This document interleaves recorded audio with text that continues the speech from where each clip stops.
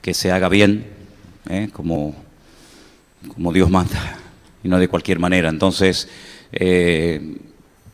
vamos a ver, si yo pienso que tal vez sería bueno, no sé qué les parece a ustedes, pero pienso para no tener que venir otro día adicional al culto, a lo mejor los jueves antes del culto.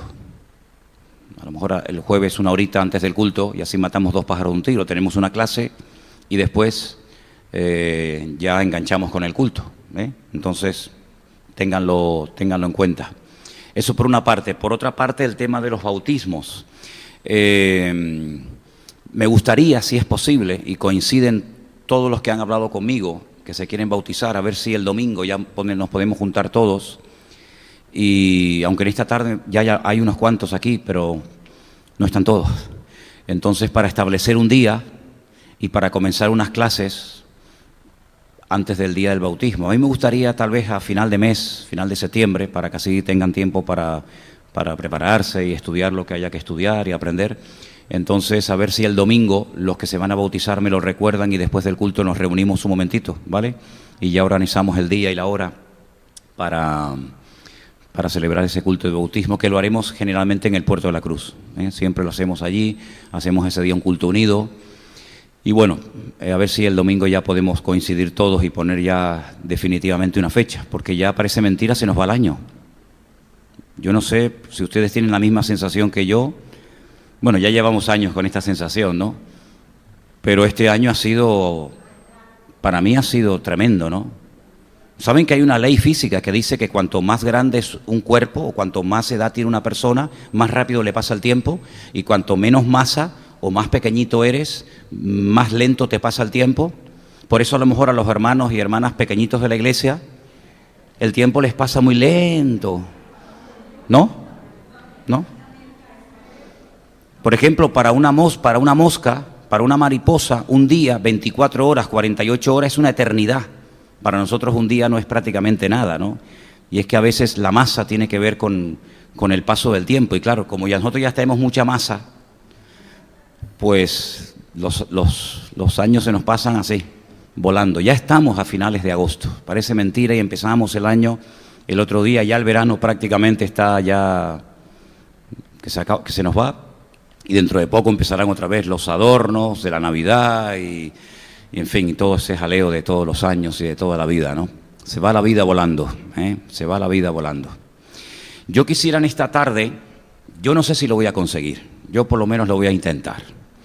Yo esta mañana me he ido a una tienda de aquí, de chinos que hay aquí al lado, y he comprado un montón de bolígrafos y un paquete de folios, porque voy a comenzar hoy un estudio y va a ir en la siguiente línea.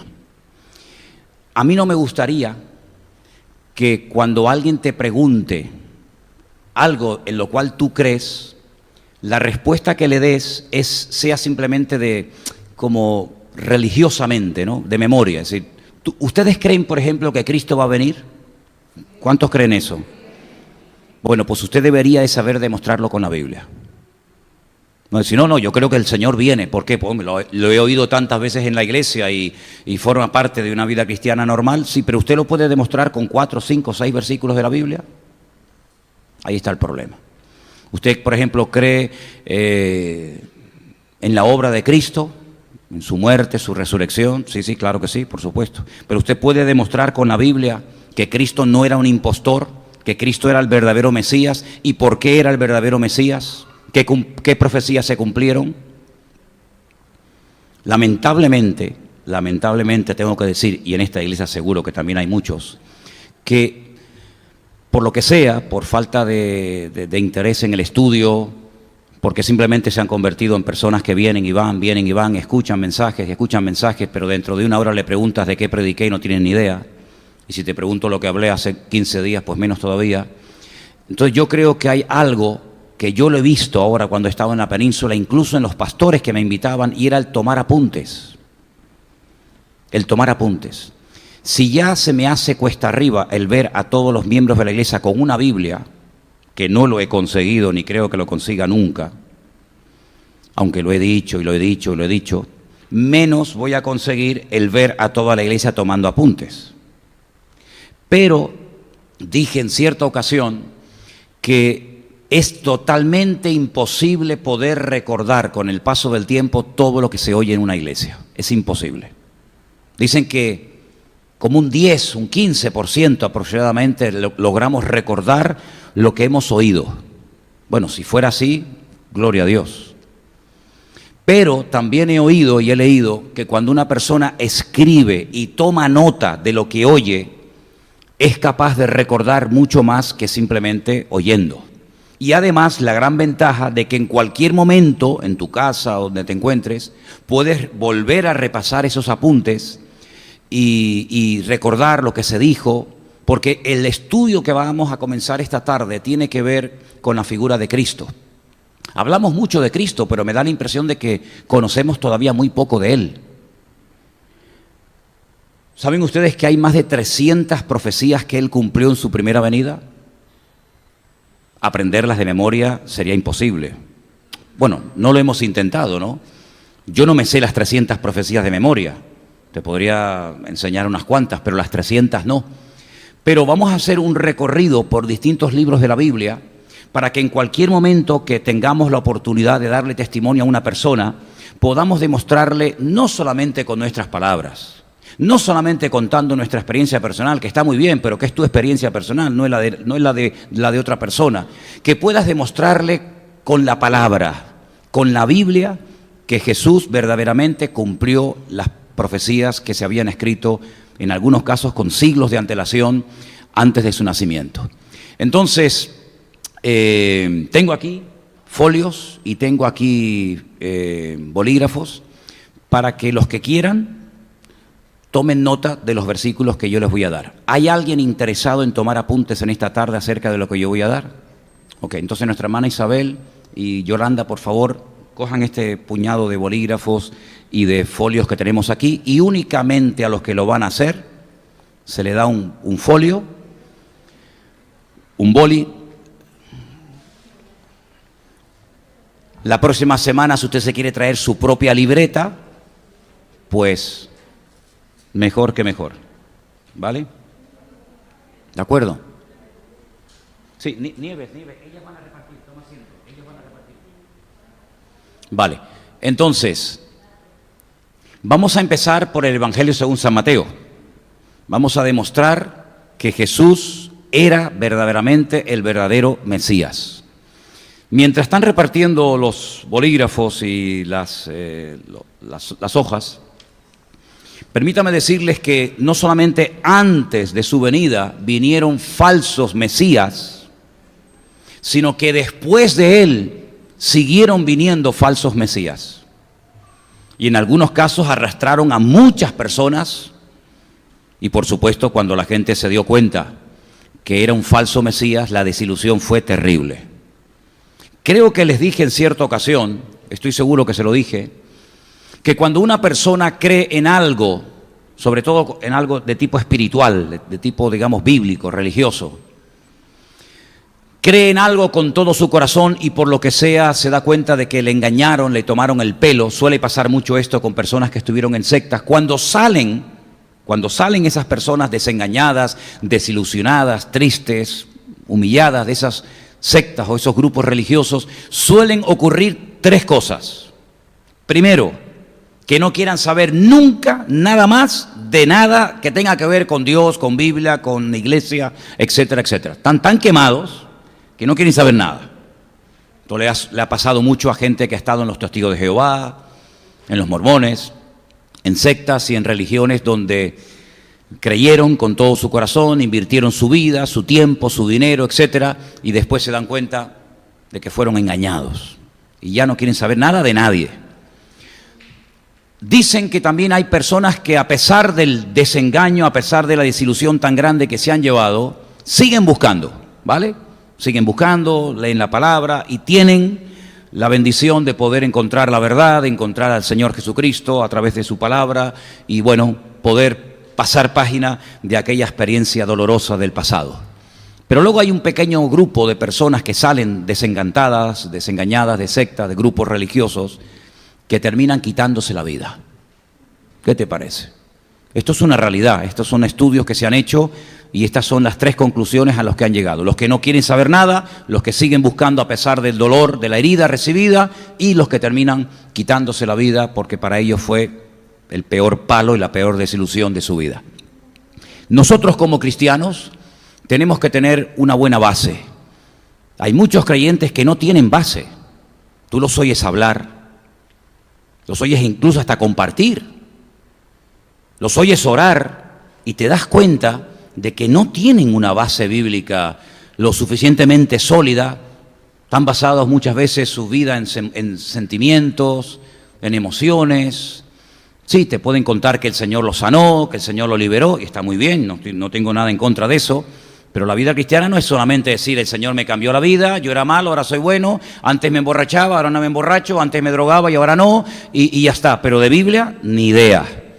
Y a mí no me gustaría que ninguno de los que han decidido congregarse en esta iglesia fuera de este tipo de creyentes que abundan continuamente, gente que no tienen ni la más remota idea de la palabra de Dios.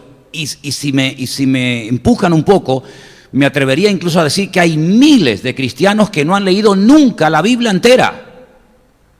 A lo mejor alguno aquí está diciendo, pues yo entro dentro de ese grupo.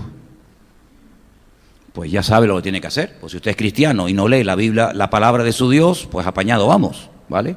Eso es como si le dieran un avión a un piloto y cuando entra a la cabina, donde hay, como usted sabe, un montón de relojes y un montón de aparatos, dice, oye, ¿y esto para qué era? ¿Y esto que no lo sé para qué es? O un médico que entra a un quirófano a operar y tiene ahí un montón de instrumental y no sabe utilizarlo.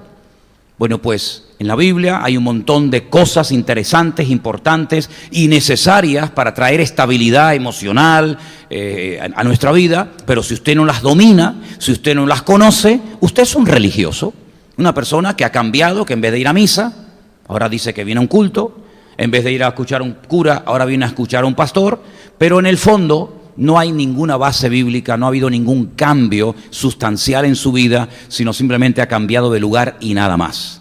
Por eso enfatizamos en esta congregación desde el principio que aquí queremos estudiar la Biblia.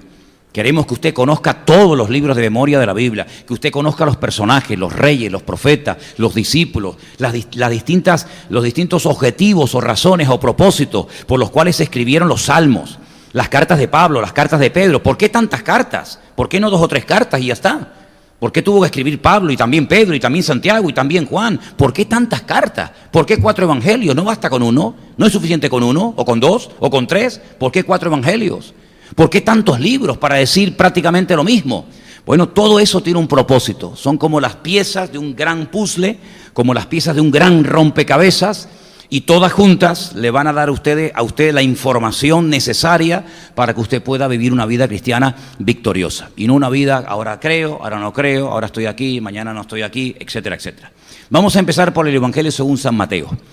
Permítame decirles que Mateo es un evangelio muy interesante, porque Mateo es un hombre que es judío, y él lo que quiere es evangelizar a judíos.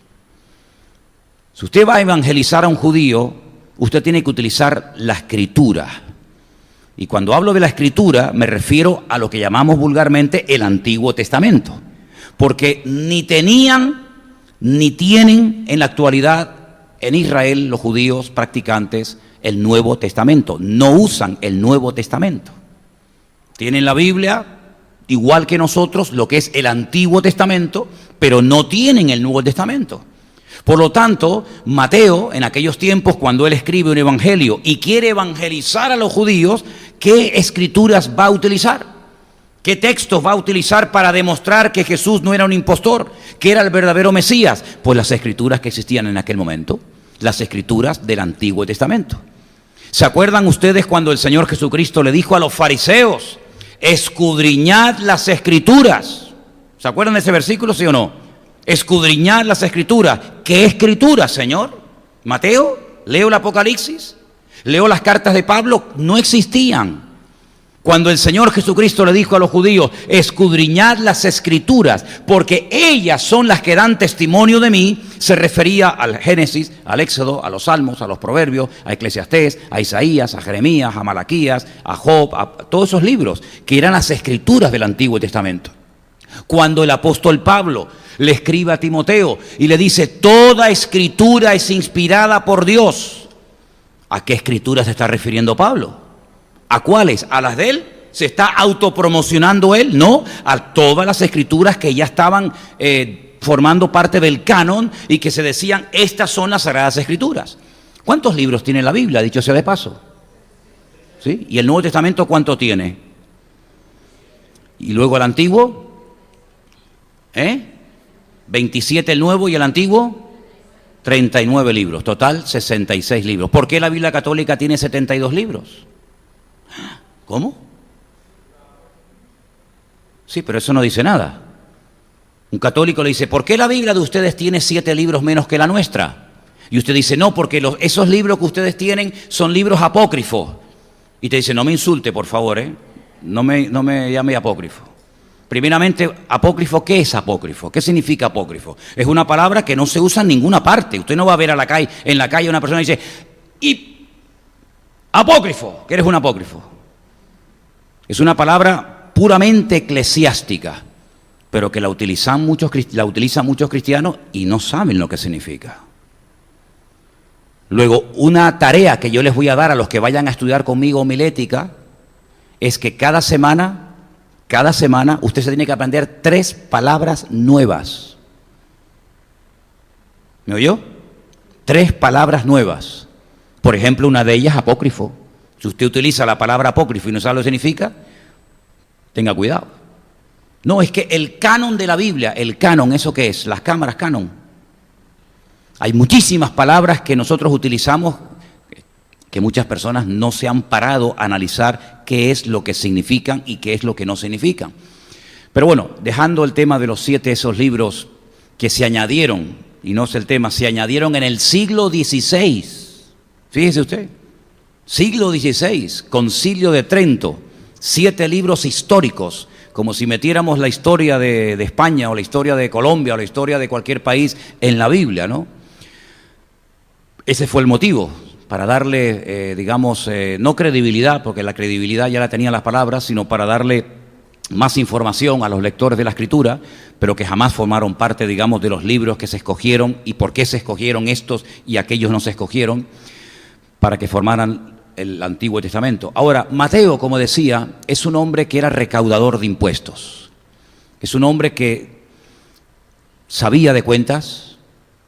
Es una persona que se dedicaba a trabajar para el Imperio Romano, era publicano. Jesús lo llama, se le conoce también como Leví. Luego seguramente era de la tribu de Leví, no tiene otra explicación.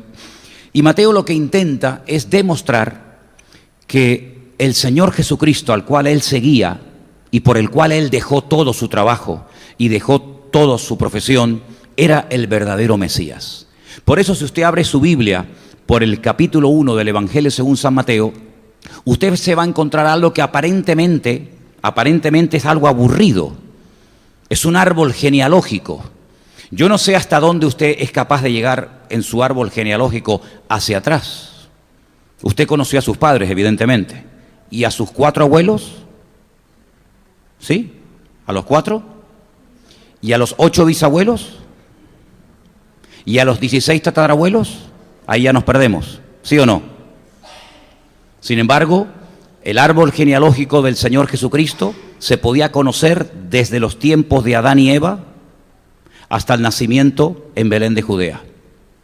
Nosotros no practicamos, pero en Israel hay una verdadera obsesión por conocer los antepasados. De hecho, miles, y no exagero, miles de judíos en Israel pueden hablarle de todo su árbol genealógico desde los primeros tiempos de la humanidad prácticamente hasta su presente. ¿Por qué? Porque lo llevan a rajatabla, porque saben perfectamente quién fueron sus padres, sus abuelos, sus bisabuelos, sus tatarabuelos, etcétera, etcétera, etcétera. En el caso del Mesías, en el caso del Señor Jesucristo, era fundamental que pudiera demostrar sus antepasados. ¿Por qué? Porque el patriarca Abraham, cuando tiene un hijo, que es el que más conocido es Isaac, y Isaac se casa con Rebeca y tiene 2 hijos que son los famosos gemelos, ¿no? Esaú y Jacob. Y tiramos por la línea de Jacob, al que después se le conoce con el nombre de Israel. Israel se casa, tiene varias esposas. y tiene 12 varones y una hembra, la escritura, las profecías decían que el Mesías tenía que ser sí o sí descendiente de uno de sus hijos, y concretamente de la tribu o de la familia de Judá. El Mesías no podía ser de la tribu sacerdotal de los Cohen o de los levitas, automáticamente quedaba descartado. Si alguien se presentaba en escena y decía yo soy el Mesías, porque los judíos dicen que en cada generación nace un Mesías, lo decían y lo siguen diciendo y creyendo hasta el día de hoy. Si alguien se presentaba y decía que era el Mesías, lo primero que le iban a hacer era un interrogatorio de quiénes eran sus antepasados. En el momento en el que descubrieran que no era procedente de la familia de Judá y por consiguiente del rey David, quedaba automáticamente descartado. Cuando se destruye el templo de Jerusalén en el año 70 después de Cristo, cuando Tito, el general Tito, hijo del emperador Vespasiano, destruye el templo de Jerusalén y los judíos entran en lo que se conoce como la diáspora y comienzan a ir por todas partes del mundo, y muchos van a lo que es hoy en día Irak o Babilonia, y allí se establecen y escriben el famoso Talmud Babli, y después otros escriben el Talmud de Jerusalén. Ellos siempre trataban de buscar al Nazí. El Nazí era el Mesías, no el nazi, sino al Nazí. Es una palabra que era el futuro Mesías. Y el futuro Mesías, o el verdadero Mesías, tenía que ser sí o sí de la tribu de Judá. Por eso él empieza su capítulo, el libro, diciendo el árbol genealógico del Señor Jesucristo. Y encontramos dos genealogías en la Biblia: Mateo capítulo 1 y Lucas capítulo 3. ¿Puede decirlo conmigo? Mateo capítulo 1, Lucas capítulo 3. Una es la línea genealógica paterna y otra es la línea genealógica materna. Tanto María como José estaban entroncados con la tribu de Judá, y por consiguiente Jesús ya cumplía un requisito. Eran muchos, pero ya por lo menos, bueno, ¿de qué tribu es este hombre? De la tribu de Judá. Bueno, empezamos bien, pero vamos a seguir adelante. Ahora, yo voy a leer en el Nuevo Testamento. Tú tienes los versículos, ¿verdad? ¿Tú tienes los versículos del Antiguo Testamento? Ok. Yo voy a leer en el Evangelio según San Mateo la palabra profética y vamos a ver de dónde viene esa palabra. Mateo 1, versículo 23. He aquí una virgen concebirá y dará a luz a un hijo y llamará su nombre Emanuel. Vamos a leerlo juntos ese versículo, por favor. He aquí una virgen concebirá y dará a luz un hijo y llamarás su nombre Emanuel. Este versículo tiene mucha información. Es un versículo que se escribió, es una palabra profética que se escribió pensando en el Mesías. Primero,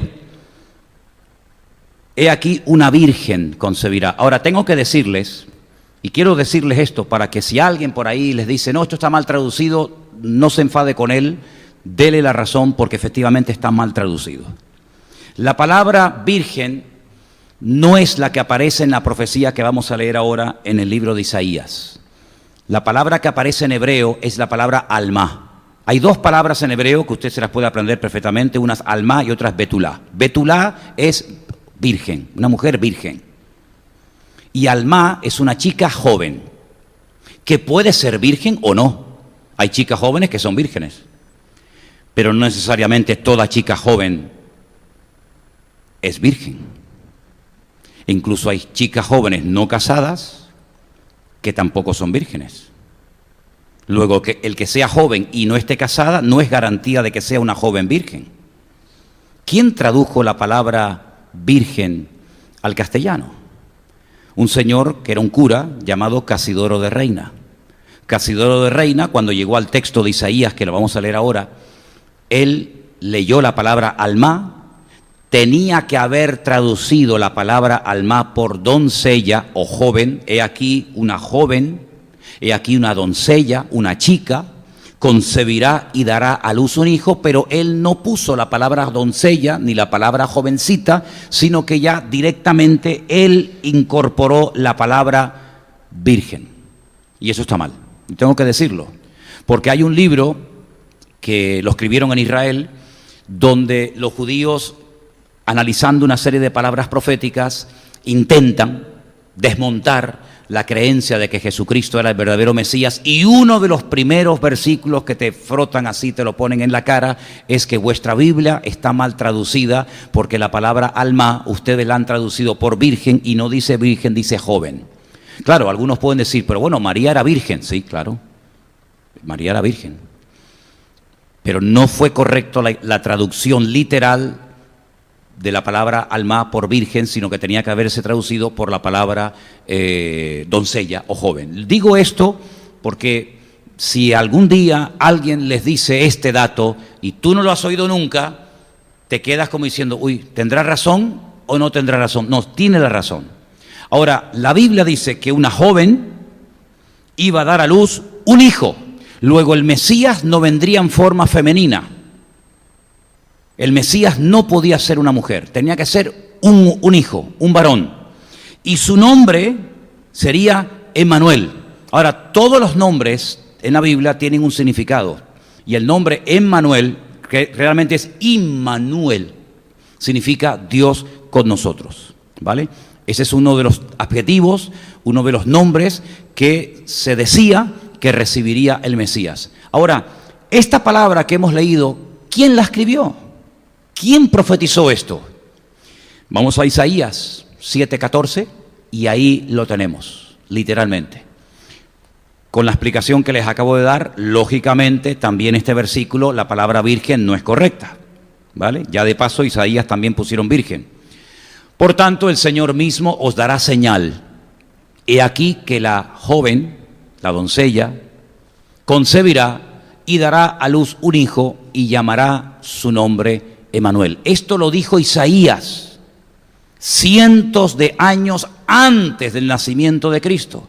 Entonces usted en sus apuntes tiene que poner Isaías 7:14 y al lado tiene que poner Mateo 1:23, para que se dé cuenta de que la palabra que se profetizó en el Antiguo Testamento por la pluma, por la boca de Isaías, se cumple en la figura de Cristo en el Nuevo Testamento, en Mateo 1, versículo 23.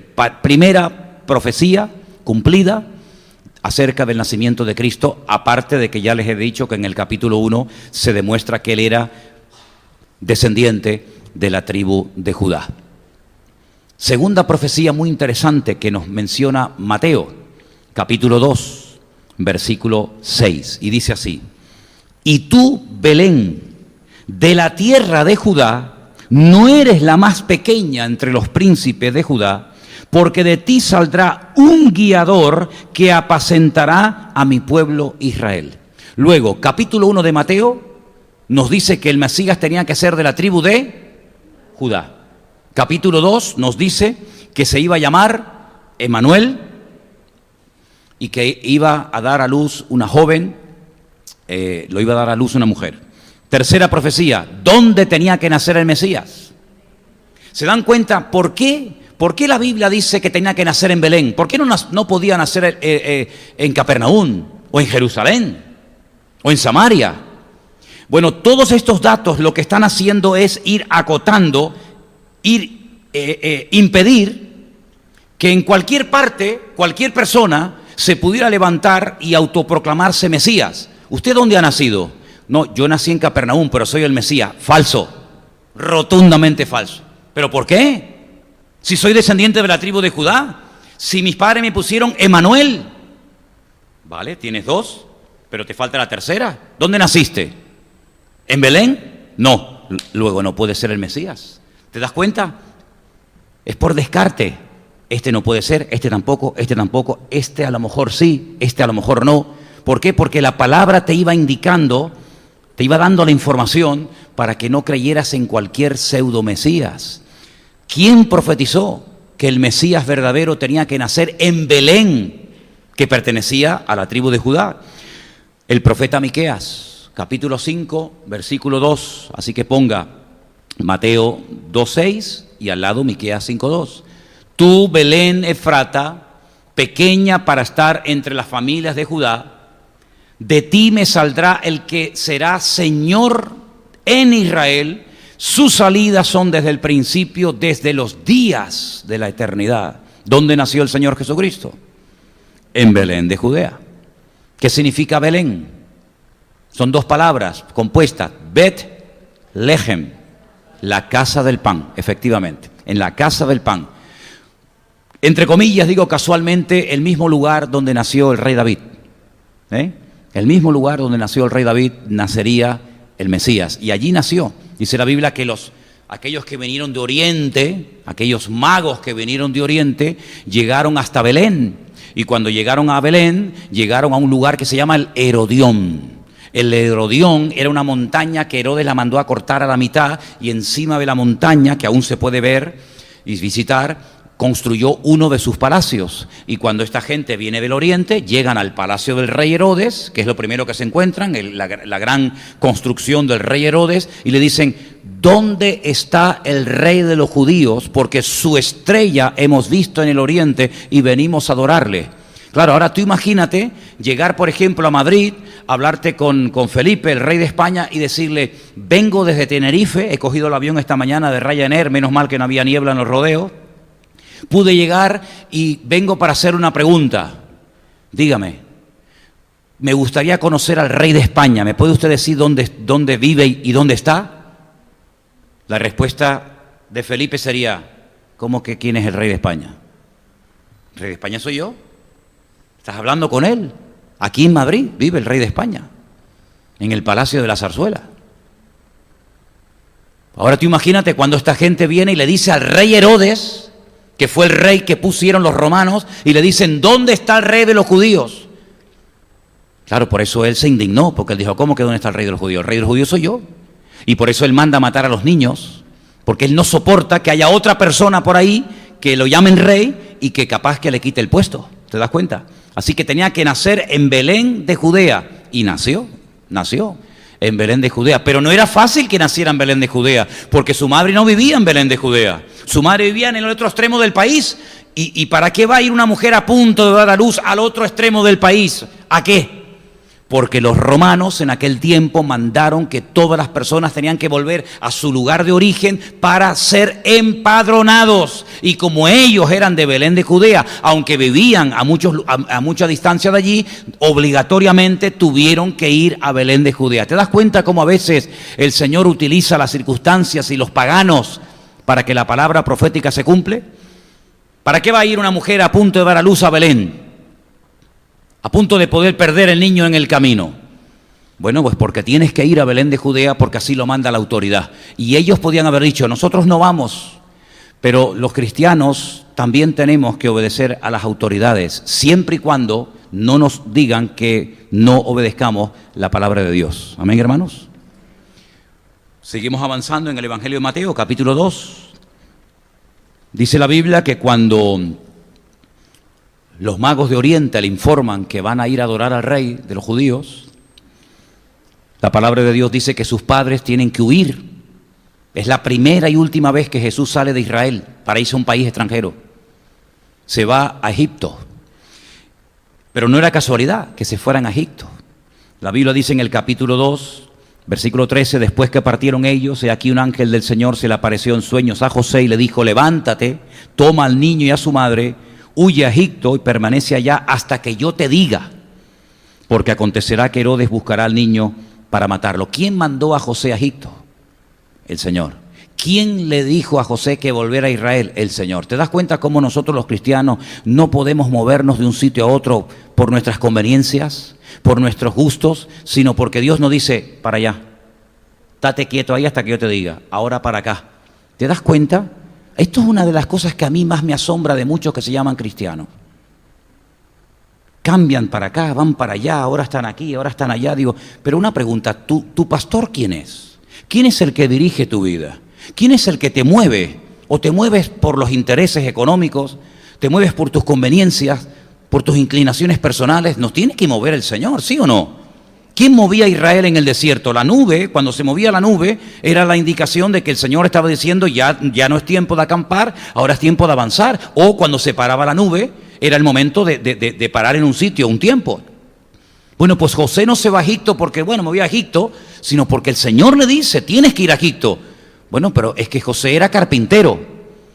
Era un hombre que trabajaba la piedra. Quiero decirles esto, que el carpintero en los tiempos de Jesús no era el que trabajaba única y exclusivamente la madera, sino era el cantero, al que conocemos hoy en día con el nombre del cantero. A ese se le llamaba carpintero en los tiempos de la Biblia. Bueno, él tiene que cerrar su negocio, pequeño, grande, pero ¿y de qué va a vivir en el extranjero? No conoce a nadie. ¿Pero de qué le trajeron los magos de Oriente, hermanos?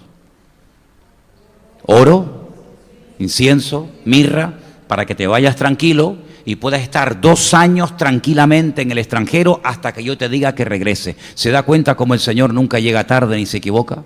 Él siempre va adelante, hermano, siempre. Si quieres que vaya a Egipto me tendrás que pagar el billete porque yo no tengo cómo ir. Pues el Señor le pagó el billete y la estancia. Entonces dice, él despertando tomó al niño de noche y a su madre y se fue a Egipto. Versículo 15. Estuvo allá hasta la muerte de Herodes, para que se cumpliese lo dicho por el Señor por medio del profeta cuando dijo, de Egipto llamé a mi hijo. De Egipto llamé a mi hijo. ¿Quién profetizó eso? El profeta Oseas, capítulo 11, verso 1. Dice, cuando Israel era muchacho, yo lo amé y de Egipto llamé a mi hijo. Es decir, Israel también en el Antiguo Testamento se conoce como el hijo, pero sabemos que era una profecía de doble cumplimiento. De Egipto sacó el Señor a Israel para llevarlo a la tierra prometida, y de Egipto llamó el Señor siglos más tarde a su Hijo unigénito, al Señor Jesucristo, para que su Padre volviera otra vez a la tierra prometida. Es decir, Mateo lo que está haciendo es tratar de demostrarle a los judíos con la Biblia, con versículos de la Biblia, mira, no nació en Belén de casualidad. Nació porque tenía que nacer allí. No era de la tribu de Judá porque tenía que nacer de la tribu de Judá. No se fue a Egipto porque el padre le dio un ramalazo y se fue allí, sino que Mateo lo que está intentando es demostrar que la palabra del Señor se cumplió perfectamente, literalmente al pie de la letra, en la vida del Señor Jesucristo, para que ellos tengan la tranquilidad y la seguridad de que no están creyendo a un mentiroso, a un impostor, a un manipulador, sino que están creyendo en una persona real que ha cumplido las Escrituras y que muchas no las podía cumplir porque era tan pequeño que aunque hubiera querido cumplirlas, no las podía porque no podía hacerlo porque era demasiado pequeño. Pero el Señor siempre tiene el control. Cuando huye a Egipto, Herodes manda matar a los niños menores de 2 años. Esto nos da una información muy interesante. Cuando los pastores van y ven al niño recién nacido, dice que lo ven en pañales. Pero cuando vienen los magos de Oriente, no dice la Biblia que ven al niño envuelto en pañales. Lea la Biblia para que vea. Son los pastores los que vieron al Señor Jesucristo recién nacido. Cuando son avisados por el ángel, ¿se acuerdan? Gloria a Dios en las alturas, etcétera, etcétera, ¿verdad? Pero cuando los magos de Oriente vienen, ellos dicen que llegan a una casa. Y el niño ya tenía aproximadamente 2 años. Fíjate lo que duraban los viajes, Claro, en las Navidades tenemos la costumbre, ¿no?, de ver a los pastorcitos, de ver a la vaquita, de ver a la oveja, de ver a los pastores, todos juntos, pero realmente no era así. Los pastores sí lo vieron recién nacido, los magos lo vieron de 2 años de edad aproximadamente, y por eso Herodes dice, a partir de los 2 años de edad me matan a todos los niños porque no quiero que nadie en este lugar sea el futuro rey de Israel. Y esa palabra profética de que matarían a muchísimos niños también estaba escrita. Voy a leerla. Mateo 2, versículo 18. Voz fue oída en Ramá, grande lamentación, lloro y gemido. Raquel, que llora a sus hijos, no quiso ser consolada porque perecieron. Una palabra triste, profética, donde niños morirían. Y en el libro de Jeremías, capítulo 31, versículo 15, el profeta Jeremías ya lo decía. Así ha dicho el Señor, voz fue oída en Ramá, llanto, lloro amargo, Raquel que lamenta por sus hijos y no quiso ser consolada acerca de sus hijos porque perecieron. Esos niños que murieron, los primeros mártires, podríamos decir por la causa del Señor Jesucristo, también estaba profetizado que esa tragedia también ocurriría. Luego la Biblia no solamente profetiza a veces cosas bonitas y buenas, sino que también a veces la Biblia profetiza cosas tristes y difíciles y amargas, y también tenemos que estar preparados para lo que llamamos bueno y también para lo que no es tan bueno. Sigue Mateo a lo largo de su evangelio y llegamos al capítulo 3 intentando demostrar a sus destinatarios, los judíos, que Jesús no era un impostor. Y en el capítulo 3 llegamos al versículo 3 donde dice: voz del que clama en el desierto, preparad el camino del Señor, enderezad sus veredas. La Biblia dice de que antes de que empezara el ministerio público del Señor Jesucristo, un poquito antes, vendría un profeta que lo conocemos con el nombre de Juan el Bautista. Juan el Bautista. El último libro en nuestra Biblia del Antiguo Testamento, que se llama el libro de Malaquías, dice que antes de que viniera el Señor vendría el profeta Elías y predicaría la palabra. Y el Señor Jesucristo dijo en cierta ocasión: si queréis recibirlo, si os interesa la explicación que os voy a dar, Él es el Elías que había de venir.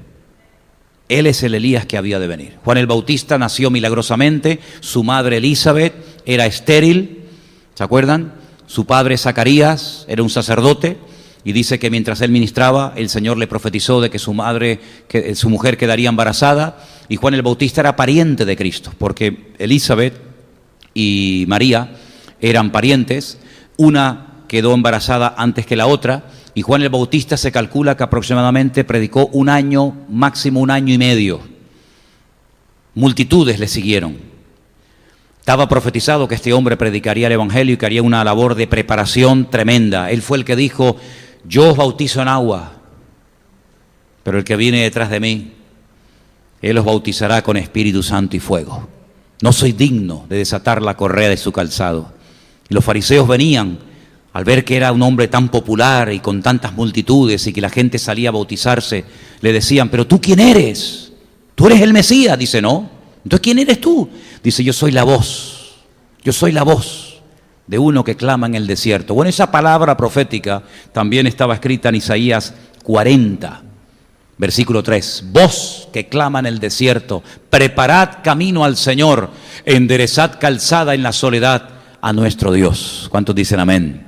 Entonces te das cuenta, un judío leyendo este evangelio difícilmente no es impactado, porque va dándose cuenta poco a poco, con las profecías que se van cumpliendo, cómo el Señor Jesucristo no era un mentiroso, sino que todo se cumplió de una forma literal, tal y como decía las Sagradas Escrituras. Entonces, si algún día tienes la oportunidad de darle testimonio a un judío, utiliza el Evangelio según San Mateo para demostrarle que el Señor Jesucristo era el verdadero Mesías que tenía que venir. ¿Por qué? Porque ya, no sé cuántas llevamos ya, pero tenía que cumplir un montón de profecías, un total de 300. Tranquilos que no vamos a hablar de las 300 en esta noche, ¿eh? Yo sé que no nos daría el tiempo, pero sí quiero leer una más. En el capítulo 4 del Evangelio según San Mateo, apunte, a partir del versículo 11 voy a estar leyendo algo muy interesante. Dice, 12. Cuando Jesús oyó que Juan estaba preso, volvió a Galilea. Ahora, ¿no le llama la atención dónde pusieron preso en la cárcel a Herodes? ¿Dónde metió preso Herodes a Juan el Bautista? En Jerusalén. Y entonces dice el versículo, cuando oyó Jesús que Juan estaba preso, se fue a Galilea. ¿Galilea dónde está? En el norte, a muchos kilómetros de Jerusalén. ¿Por qué no fue a visitarlo a la cárcel? No fue nunca a visitar a su amigo, a su pariente, a la cárcel. ¿Cómo te sentirías tú si tú fueras Juan el Bautista?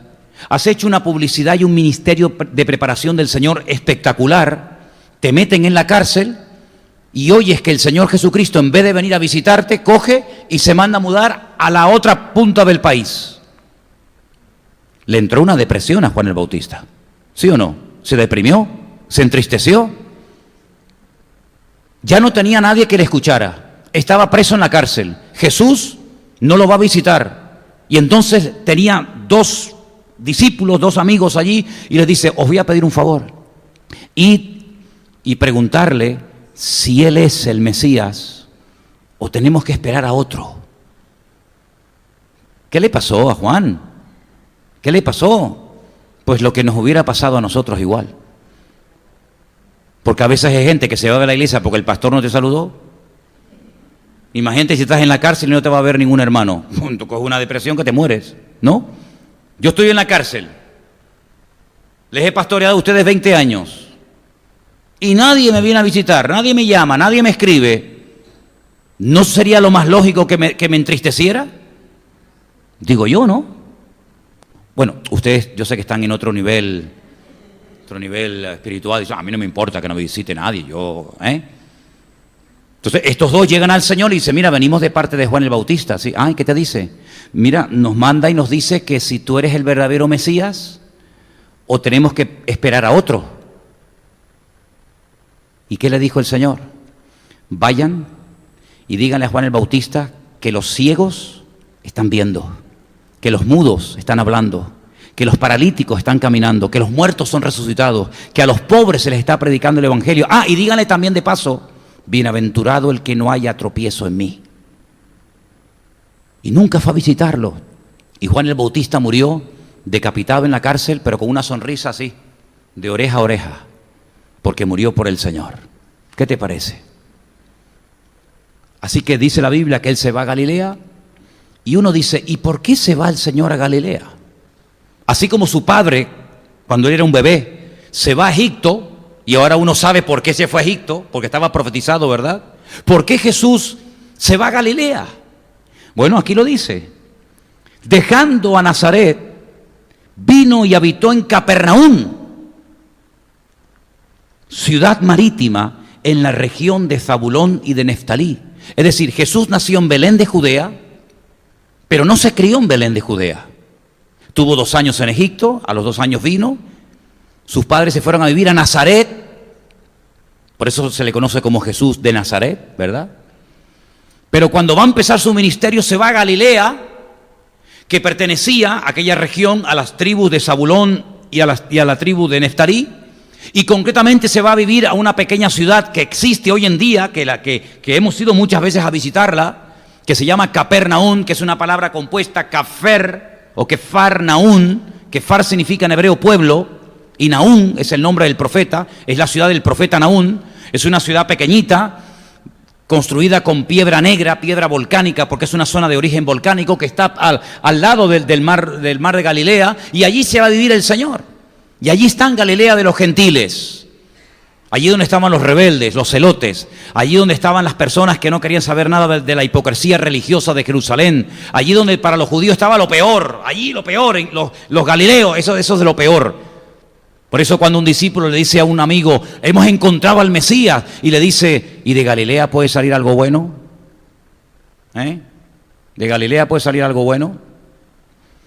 Y mira lo que dice, para que se cumpliese lo dicho por el profeta Isaías, cuando dijo, tierra de Zabulón, tierra de Neftalí, camino del mar, al otro lado del Jordán, Galilea de los gentiles, el pueblo asentado en tinieblas vio gran luz, y a los asentados en región de sombra de muerte, luz les resplandeció. ¿Cómo sabía el profeta Isaías, capítulo 9? ¿Cómo sabía, pregunto, el profeta Isaías, ya que él nunca conoció al Mesías, no lo vio físicamente, personalmente? ¿Cómo podía saber el profeta Isaías que a la edad de 30 años el Mesías de Nazaret decide irse a vivir al norte del país, concretamente a una ciudad llamada Capernaum? No lo sabía, evidentemente, pero el Espíritu Santo se lo reveló, porque lo que no sabe el hombre, Dios lo sabe. Y entonces en el capítulo 9 de Isaías dice, el pueblo que andaba en tinieblas vio gran luz. Claro, ¿cómo no va a haber la luz si llegó el que dijo, yo soy la luz del mundo? Y los milagros, por cierto, que hizo el Señor Jesucristo en Capernaum fueron espectaculares, Bueno, hizo milagros tan grandes que un día el Señor Jesucristo dijo, si los milagros que yo he hecho aquí, delante de todos ustedes en Capernaum, los hubiera hecho en el extranjero, en Tiro y en Sidón, esa gente hace años que se hubieran arrepentido. Porque la ciudad de Capernaum tuvo el privilegio de tener al Señor Jesucristo entre ellos años. Y allí vivía Pedro. Y dice, tierra de sombra de muerte, luz resplandeció sobre ellos. Y no sé si hay algún versículo más. Bueno, ese era el texto. Es decir, Todo lo que ocurrió en la vida de Cristo, su nacimiento, su nombre, sus padres, su muerte, su resurrección, su ascensión, absolutamente todo, hermano, todo estaba escrito. En nuestra vida no hay nada escrito. No hay nada escrito previamente sobre nosotros que tengamos que cumplirlo. Pero sobre la vida de Cristo todo estaba escrito. Él no se podía salir del guión. Tú puedes vivir en Santa Cruz, en Tacoronte, en La Orotava, en el sur, en el norte, donde quieras. Pero Jesús no podía vivir en cualquier parte. Jesús no podía decir ni una sola palabra por su propia cuenta. Nosotros sí, decimos muchas veces palabras que no sé ni para qué las decimos. Conversaciones que no sirven para nada, pero que las tenemos.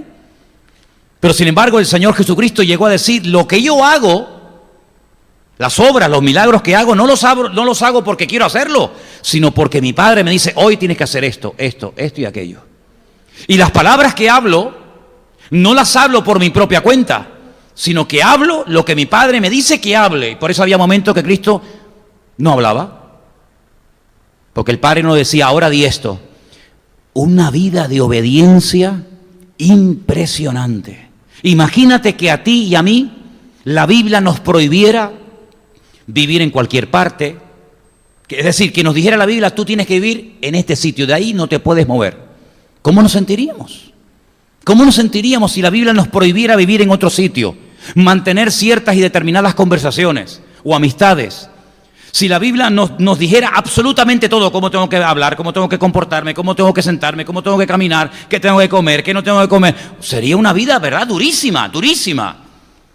Pero sin embargo el Señor Jesucristo sabía perfectamente que su vida, desde antes de la fundación del mundo, estaba diseñada y todo un esquema perfecto, y Él no se salió del renglón del guión jamás, jamás.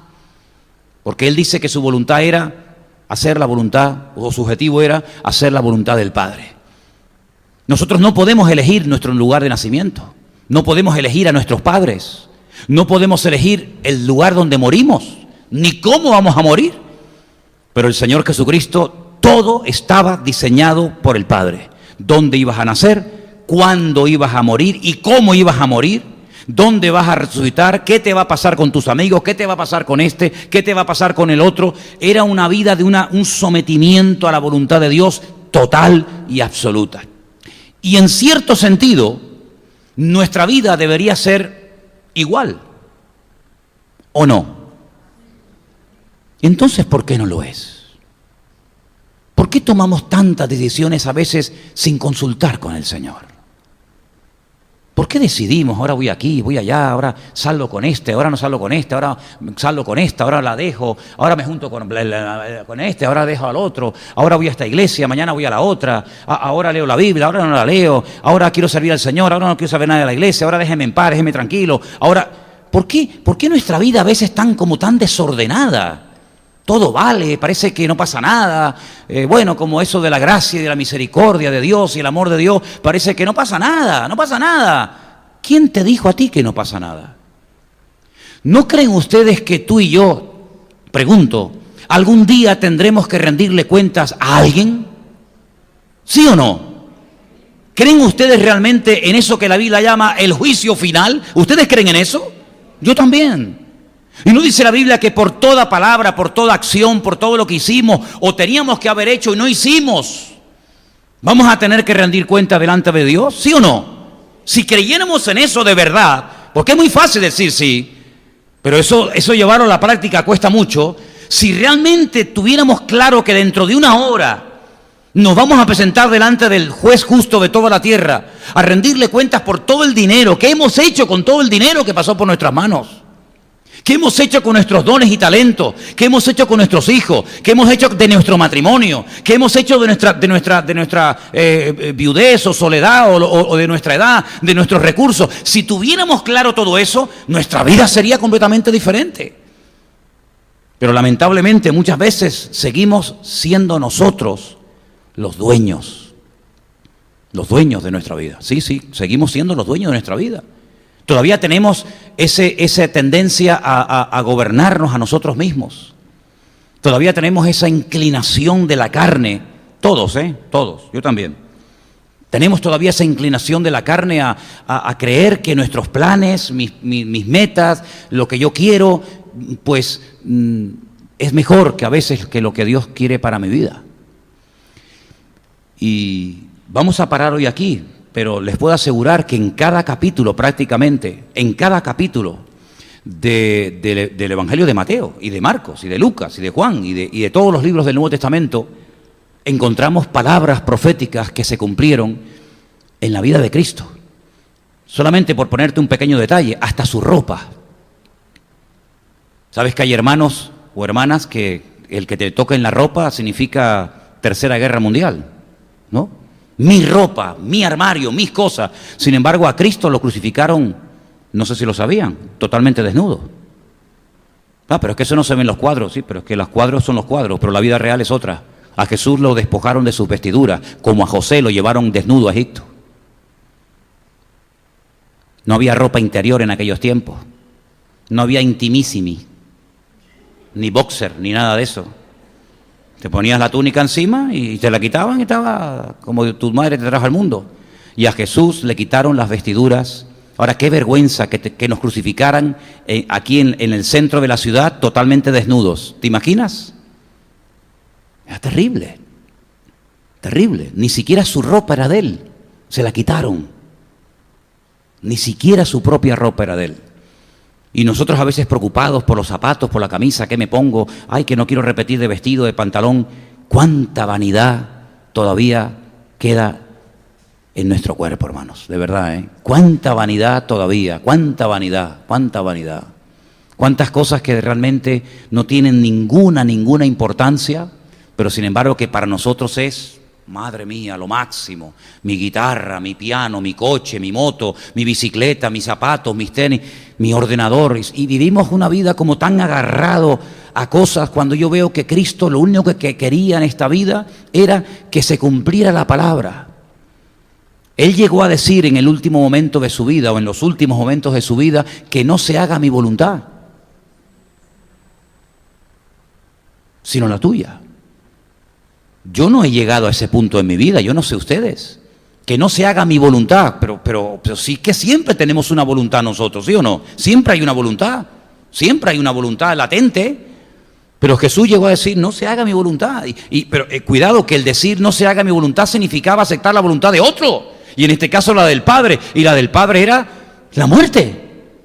Es decir, una cosa es que no haga mi voluntad para no ofender al Señor y otra cosa es que acepte tu voluntad que encima va en contra de la mía porque es que me maten. Pues hasta ese punto estuvo dispuesto el Señor. Y cuando, por ejemplo, le dice a Judas, que ya lo veremos en su momento, cómo también estaba profetizado que Judas lo negara.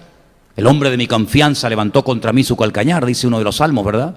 Le dice, Judas, vamos, lo que tengas que hacer, hazlo pronto.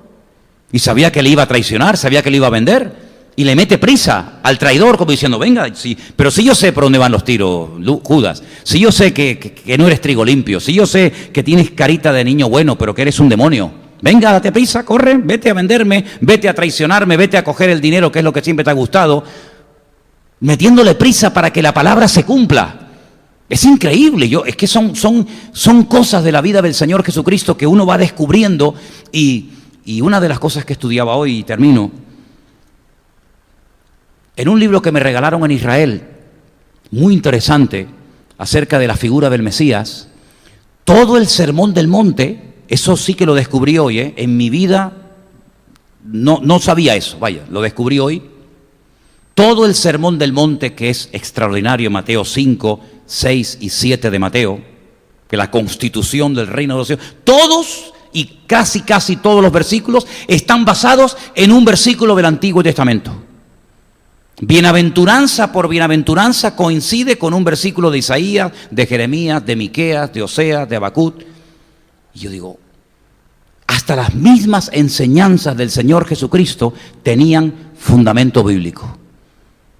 Y uno dice, Señor, qué vida de sacrificio, de rendición. Y yo me pregunto, ¿y para qué? ¿Para qué tanto sacrificio? ¿Para qué tanto deseo de cumplir la palabra? Pues porque Él nos amaba y era la única posibilidad y la única manera de que nosotros pudiéramos formar parte de su familia. Pero yo pregunto, así como en nuestras familias, me imagino que en todas o en algunas más que otras, siempre hay la oveja negra, ¿no? No hay siempre en las familias un primo, un tío, un abuelo, un sobrino que dice, madre mía, ¿no? ¿Estará el Señor orgulloso de su familia?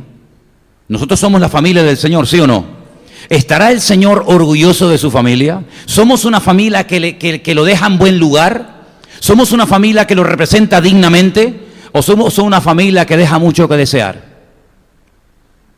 Vamos a preguntarnos esas cositas. Y vamos a seguir analizando cada jueves, a la luz de las Sagradas Escrituras, palabras proféticas que se hablaron acerca de Él, que Él las conocía perfectamente, todas de memoria, y cómo Él se esforzó en que no quedara nada por cumplirse, sino que todo fuera matemáticamente perfecto en su vida. El que hoy en día duda de la credibilidad de su mesianismo es que está ciego o es un soberbio. Es totalmente imposible ir de una forma abierta a las Sagradas Escrituras, seas creyente o no, comenzar a analizar de una forma objetiva la palabra de Dios. Cualquier persona con dos dedos de frente llega a la conclusión de que Jesús no era normal, de que era el Mesías o era un impostor. Gracias al Señor nosotros lo hemos aceptado como el verdadero Mesías en nuestra vida. ¿Cuántos dicen amén? Cierra tus ojos ahí donde estás, por favor. Quiero que le des muchas gracias al Señor. Repasa esos apuntes que has tomado nota en esta tarde. No los pierdas. Mete ese folio en el interior de tu Biblia. Repásalo. Si tienes que volver a escuchar este mensaje, puedes volver a hacerlo. Queda grabado en internet. En nuestro canal de YouTube lo puedes volver a ver. Y cada semana te voy a ir dando versículos del Antiguo y del Nuevo Testamento, del Antiguo y del Nuevo Testamento, para que te des cuenta de que estás en el verdadero, de que Jesús no era un impostor, ni un mentiroso, ni un falsificador, ni un manipulador, sino era el verdadero Mesías. Y gloria a Dios que le has conocido. Y te damos gracias porque la verdad llegó a nuestra vida. Y las escamas, la ignorancia de nuestros ojos cayó. Y hoy en día podemos ser libres porque la verdad nos ha hecho libres. Gracias porque tú eres el verdadero, tú eres el camino, tú eres la verdad, tú eres la vida, tú eres el verdadero Mesías. Y nosotros hemos creído que tú eres el autor de la vida, aleluya. Y a ti te rendimos una vez más nuestra vida y te damos gracias, Señor, porque sabemos que no hay nada ni nadie que pueda ocupar tu lugar. No hay ningún discípulo, no hay ninguna persona, ni en el Antiguo ni en el Nuevo Testamento, Señor, que se pueda comparar a ti, porque tú eres el Redentor del mundo, el único mediador entre Dios y los hombres, aleluya. Y no hay otro nombre dado a los hombres más que solamente el nombre de Jesús. Y queremos ser poderosos en las Escrituras como lo era Apolos, aquel compañero de Pablo que dice que era poderoso en las Escrituras y ferviente en espíritu. Queremos ser poderosos en tu palabra, Señor, y poder, Señor, conocer la palabra desde adentro y llegar a la conclusión de que verdaderamente tú eres el Mesías, aleluya. Tú eres el Hijo del Dios viviente, como te dijo Pedro en Filipo. Señor, te damos gracias, Padre Santo. Guarda nuestra alma, guarda nuestra mente, guarda nuestro corazón, para que podamos siempre obedecerte y agradarte y que tú sigas formándote en nosotros, Señor. Sigue formando tu imagen en nosotros. Te doy gracias por todo en el bendito nombre de Jesús. Amén. Hermanos y amigos, seguimos adelante con esta reunión. En esta tarde estamos en el Centro Evangélico Vida Nueva, en Santa Cruz de Tenerife, en las Islas Canarias. Hoy es el quinto domingo que nos tenemos que reunir de esta manera como están presenciando ustedes en directo. Tenemos en este momento las 7:10 de la tarde y queremos darle gracias al Señor porque en estas semanas que hemos tenido que celebrar nuestras reuniones a puerta cerrada, en ningún momento nos hemos sentido solos, todo lo contrario. Sabemos que aunque nosotros no vemos a nadie, sino simplemente estamos aquí como siempre Elena y mi hija Miriam, sabemos que ahí hay cientos y miles de hermanos que nos están viendo, que nos están apoyando, que están orando por nosotros, como nosotros también quiero que sepáis que lo estamos haciendo por ustedes. y confiamos de que este periodo que el Señor ha permitido que estemos aquí en nuestros hogares, en nuestras casas, en nuestros respectivos lugares sin poder salir, sin poder ir a trabajar, sin poder ir a estudiar, que sea un tiempo que traiga un fruto, unos resultados, unos cambios, porque sería muy triste, sería lamentable que muchas personas hayan tenido ahora tiempo para examinar lo que ha sido su vida, tiempo para disfrutar con sus familias, tiempo para orar, para leer la Biblia, tiempo en definitiva para acercarse más a Dios y que no lo hayan aprovechado. Dice el gobierno español que mañana lunes algunos trabajadores podrán ir a sus respectivos trabajos, pero me da exactamente igual si van unos pocos o van todos. Lo importante es que nosotros sepamos captar el mensaje que Dios le está dando al mundo en estos días. Porque ha sido Dios, no les quepa a ustedes la menor duda, el que ha permitido, utilizando tal vez la maldad humana, pero permitiendo Dios al mismo tiempo que todos nosotros, que millones, casi 3.000 millones de personas, estemos en estas semanas encerrados en nuestros hogares sin poder salir a ninguna parte, más que de vez en cuando a pasear al perro los que lo tengan. Pero es un tiempo de oro, es un tiempo único. No sé si en algún otro momento de nuestra existencia, de nuestra vida, tendremos otro tiempo para estar juntos, para leer la Biblia, para orar sin que nadie nos perturbe, sin que nadie nos moleste, sin llegar a casa reventados después de todo un día de trabajo y caer rendidos a la cama y no tener tiempo ni para decir gracias, Señor, por la comida, gracias, Dios mío, por el cuidado en este día. Pero ahora, si algo nos sobra, es tiempo. Y este tiempo ahora mismo lo queremos dedicar para ir a la palabra de Dios. Hemos escuchado una lectura que habla acerca del hecho más grandioso y trascendental de toda la historia de la humanidad. Estoy seguro que si nos pusiéramos en esta tarde a enumerar acontecimientos, buenos o malos, que han marcado un antes y un después en la historia, la lista sería realmente interminable. Todos mencionaríamos muchas cosas, pero si nos tuviéramos que quedar con algo que fue único e irrepetible en la historia de la humanidad y que sin lugar a dudas marcó un antes y un después, fue la muerte y la posterior resurrección de nuestro Señor Jesucristo en la ciudad de Jerusalén. Si Cristo no hubiera resucitado, más de 1.000 millones de hombres y mujeres sobre la faz de la tierra tendríamos una fe muerta, una creencia vana e inútil, que no serviría absolutamente para nada, como hay también centenares y miles de millones de personas en el mundo que tienen fe, pero una fe equivocada, una fe muerta, una fe tal vez religiosa, pero no es una fe viva, que cree en un Cristo vivo, sino es una fe tal vez heredada de sus padres, de sus antepasados, pero no es una fe que, permítame la expresión, esté a prueba de bombas. Porque la fe del cristiano no es una fe ciega, no es una fe estúpida, no es una fe ignorante, sino que es una fe basada en hechos concretos, demostrables, no solamente a la luz de las Sagradas Escrituras de la Biblia, sino que la historia da testimonio de que una vez, hace 2000 años, hubo una persona que se llamó Yeshua HaMashiach, más conocido como Jesucristo, Jesús de Nazaret, que nació en una pequeña localidad, en un pequeño pueblecito que hasta el día de hoy se puede visitar, llamado Belén de Judea.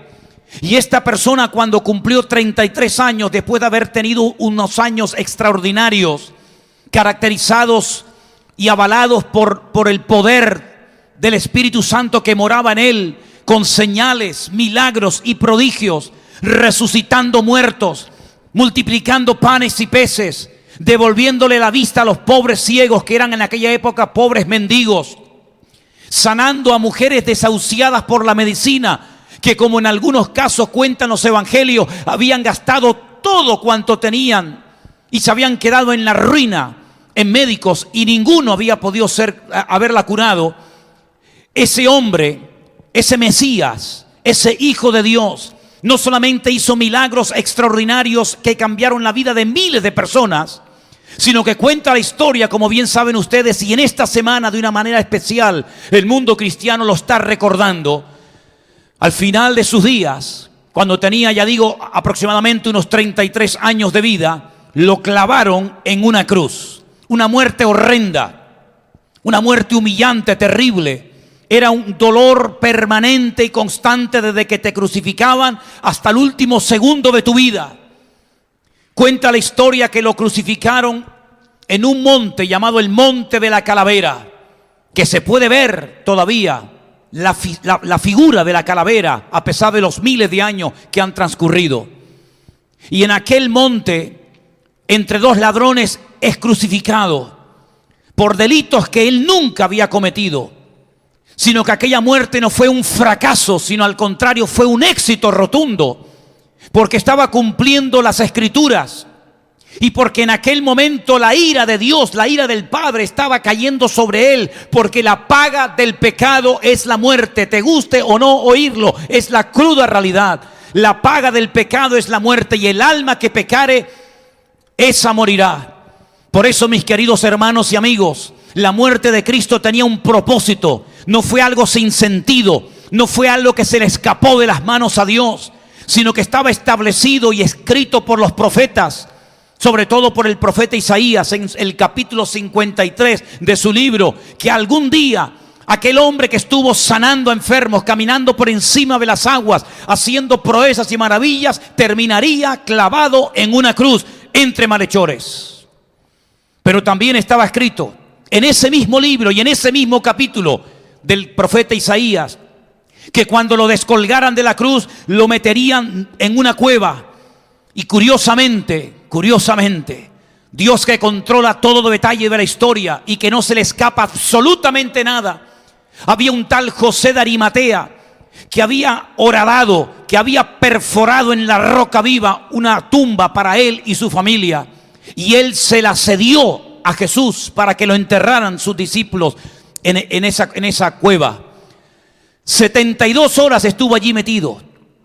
Pero uno de los salmos que ahora leeremos a continuación dice que él no experimentaría corrupción. Y hay centenares de textos bíblicos que se cumplieron en aquella última semana de vida de nuestro Señor Jesucristo. Pero, queridos hermanos y amigos, los romanos, pensando que a lo mejor resucitaría, o que sus discípulos vinieran de noche y robaran el cuerpo, y al final, como decimos en estas tierras, viniera a ser el remedio peor que la enfermedad, decidieron poner un precinto romano y una guardia romana bajo la orden de Poncio Pilato de que nadie se atreviera a acercarse a ese sepulcro. Tomaron todas las medidas para cuidar un muerto. Romanos, armados hasta los dientes, un precinto romano, una roca que cerraba herméticamente la puerta del sepulcro. Es decir, humanamente hablando, todo aquello que había empezado tan bonito, con aquel nacimiento milagroso a través de María, con aquella visita tremenda de aquellos magos de Oriente que vinieron cargados con oro, incienso y mirra, aquellos milagros, aquellas predicaciones, aquellos estudios bíblicos tremendos, todo terminó para algunos en una auténtica tragedia, otra desilusión más. Y ahí seguía el imperio de la muerte, y ahí seguían los romanos, y ahí seguían todas las personas que lo odiaban, saltando de alegría. Al final acabaron con el Mesías, y ya creían de esa manera que habían acabado con su vida, pero se equivocaban. Porque la Biblia decía clarísimamente que al tercer día resucitaría de entre los muertos. Y hemos leído en esta tarde, y lo podéis leer en Mateo, en Marcos, en Lucas y en Juan, que el Señor Jesucristo resucitó. Y hubieron muchísimas personas que lo vieron y que terminaron dando su vida, y todos coincidían en una cosa: Él vive, Él vive, Él ha resucitado. Si no fueron capaces algunos de ellos, como por ejemplo Pedro, que le negó, Y la mayoría de sus discípulos que salieron corriendo, espavoridos, muertos de miedo, si no fueron valientes y atrevidos para defenderlo cuando lo veían y estaba con ellos, imagínense dar la vida y ser torturados hasta la muerte por defender a un cadáver. Nadie sería capaz de morir, ni antes ni después, por una mentira, sabiendo que es una mentira. Algunos dirán, pero hay gente que muere y ha muerto y dado su vida por causas equivocadas o por mentiras. Sí, es cierto, pero ellos creían que estaban dando su vida por una causa verdadera. Pero los discípulos sabían perfectamente que los romanos habían salido con la suya, que Poncio Pilato lo había condenado a muerte y que ya no había nada que hacer, ya no había esperanza, ya no había expectativa. Ahora tenían que volver otra vez a Galilea, a sus antiguos oficios de pescadores. Pero queridos hermanos, hoy domingo de resurrección, centenares, millones de cristianos sobre la faz de la tierra estamos recordando que nuestro Señor Jesucristo está vivo. Él ha resucitado de entre los muertos. Las canciones que hemos cantado esta tarde no se las hemos cantado a un Dios muerto. Nuestra fe no es una fe equivocada, una fe falsa. Nuestro mensaje no es falso. Id por todo el mundo y predicad el evangelio. ¿Qué es evangelio? La buena nueva, la buena noticia de que Él murió por nuestros pecados y resucitó al tercer día. Si Él no resucitó, ¿qué mensaje le vamos a dar a las naciones? ¿Qué mensaje le vamos a transmitir al hombre si Él está muerto? Entonces, ¿a quién oramos? Si nuestros pecados no han sido perdonados porque Él no resucitó, somos la gente más miserable y desgraciada de la faz de la tierra. El día que decidimos de mayor, de adultos, bautizarnos, ¿para qué lo hicimos? Por un muerto. La fe que tenemos, que nos mantiene firmes hoy en día, fe que nos permite estar por encima del desánimo, por encima del emocionalismo, por encima de las críticas y calumnias y persecuciones. ¿De qué sirve si Él no ha resucitado? Las canciones que cantamos, las veces que levantamos nuestras manos, ¿ante quién levantamos nuestras manos y cantamos? Ante un muerto y ante un cadáver. Y la Biblia dice, y todo el mundo lo sabe, sea católico, evangélico o ateo, todo el mundo sabe que una vez que una persona se muere, ya no hay nada que hacer. No tiene poder ni para hacer daño ni para hacer bien. Aunque lamentablemente hay algunas personas que siguen buscando entre los muertos respuestas, pero no van a obtener ninguna respuesta. En todo caso le responderían los demonios para tenerlos atados y confundidos. Pero cuando una persona invoca a un muerto, ese muerto nunca más volverá a comunicarse con los seres vivos que quedaron en esta tierra. ¿Por qué? Porque está muerto y se acabó. Pero con el Señor Jesucristo no pasó eso. Dice la Biblia que muy temprano a la mañana fueron unas mujeres al sepulcro y vieron la piedra movida. Se asustaron. Tal vez pensaron que alguien había robado el cuerpo, que habían profanado la tumba, pero nada que ver. Un ángel le dijeron, no busques entre los muertos al que vive, porque ha resucitado. Quiero que leamos algunos versículos en esta tarde.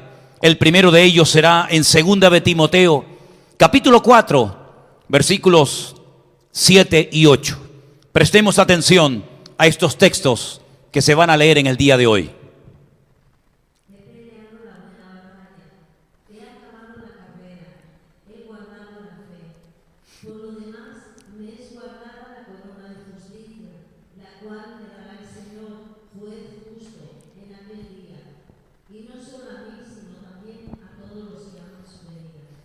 Pablo fue un famoso rabino judío en la época de Jesús. Un hombre que odiaba a los cristianos. No le entraba en la cabeza que personas de religión, de raza judía, fueran capaces de renunciar a la fe de sus padres para seguir a un loco, según él creía, a un fanático, a un impostor. Y por eso dice la Biblia que él le pidió autoridad, le pidió cartas a los religiosos de su época en la ciudad santa de Jerusalén, para ir hasta Damasco, capital de Siria, a traer a los hombres y mujeres de este camino, de esta enseñanza rara y extraña, para obligarlos y para forzarlos a negar la fe en Jesucristo en aquellos días. Y dice la Biblia que con este odio, con este resentimiento, dice que él incluso le guardó las ropas, les cuidó las ropas a las personas que mataban a pedradas a uno de los diáconos de la iglesia primitiva, a Esteban. Pero dice la Biblia que envuelto en este odio, en esta sinrazón, camino hacia Damasco, cae al suelo y queda totalmente ciego. Y la Biblia nos enseña que este hombre, desde el suelo, oye una voz que le dice: Saulo, Saulo, ¿por qué me persigues? Dura cosa te es dar coces contra el aguijón. Inmediatamente este hombre, después de oír esa voz, pregunta y le dice: ¿quién eres, Señor? Y la voz le dice: yo soy Jesús, Yeshua, a quien tú persigues.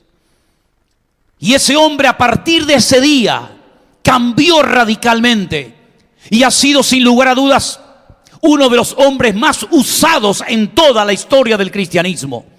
Sin WhatsApp, sin YouTube, sin Facebook, sin usar redes sociales, sin aviones, sin televisión, sin ordenadores, sin prácticamente nada, teniéndolo todo en contra, llenó todo el mundo conocido con el Evangelio de Jesucristo. ¿Qué fue lo que transformó a este fanático religioso, a este hombre que odiaba a los mesiánicos, a los cristianos de aquella época? ¿Qué fue lo que hizo que este hombre, de la noche a la mañana, de ser un perseguidor, un torturador de los cristianos, se convirtiera en un perseguidor de almas perdidas para llevarlos a los pies de Cristo y hablarles del Cristo que él estuvo persiguiendo sin darse cuenta?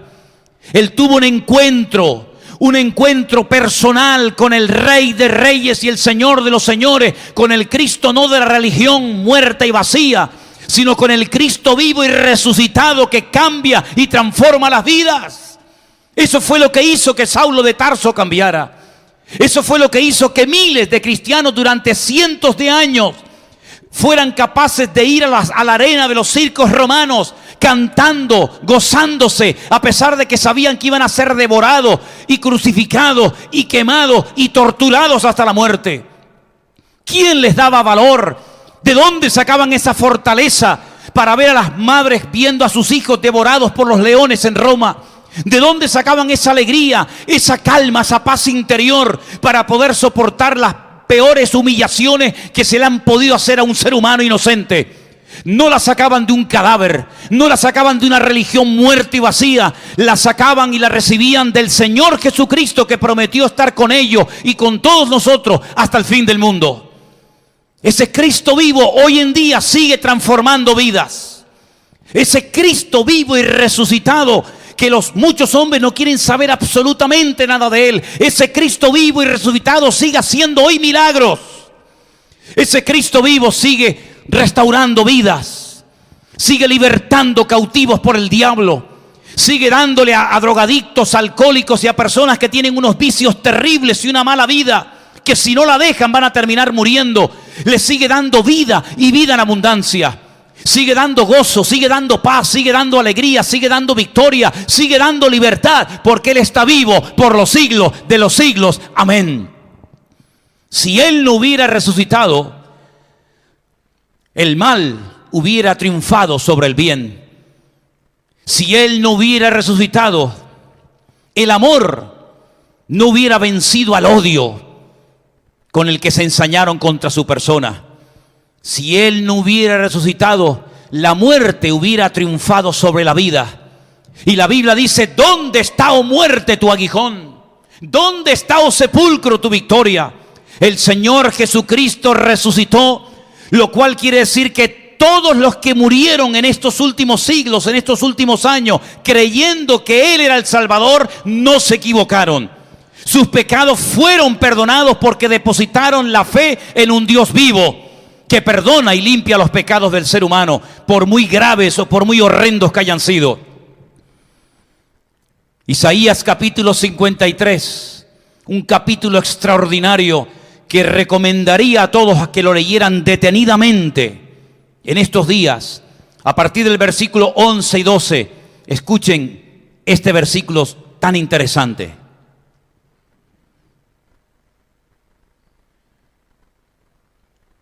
Isaías capítulo 53, versículos 11 y versículo 12. Verá el fruto de la aflicción de su alma y quedará satisfecho. Por su conocimiento justificará mi siervo justo a muchos y llevará las iniquidades de ellos. Por tanto, yo le daré parte con los grandes y con los fuertes me partirá despojos, por cuanto derramó su vida hasta la muerte y fue contado con los pecadores, habiendo él llevado el pecado de muchos y orado por los transgresores. Parece una contradicción lo que el profeta Isaías, inspirado por Dios, está revelando, está escribiendo en este texto. 800 años antes de estos acontecimientos, Isaías recibe una revelación tremenda, donde él describe al pie de la letra los sufrimientos, las torturas y las humillaciones por las que pasaría el Señor. Y parece una contradicción que él diga que derramará su vida hasta la muerte y a continuación diga y verá el fruto de su aflicción y quedará satisfecho.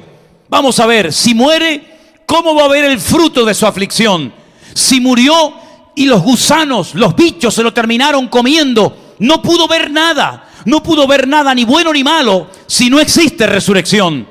Pero la Biblia dice que el Señor Jesucristo moriría conforme a las Escrituras, y aquí tenéis una de ellas.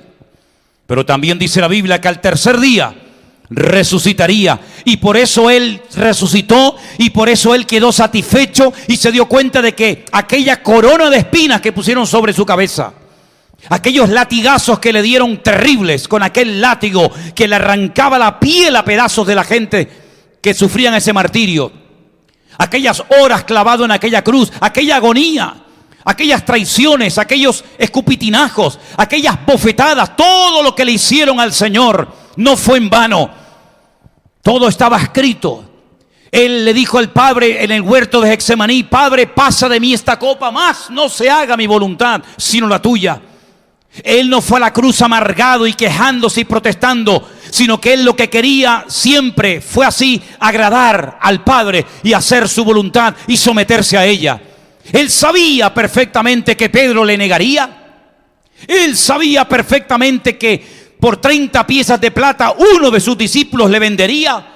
Él sabía perfectamente que todos los discípulos saldrían corriendo menos Juan, que estuvo allí al pie de la cruz hasta el momento de su muerte.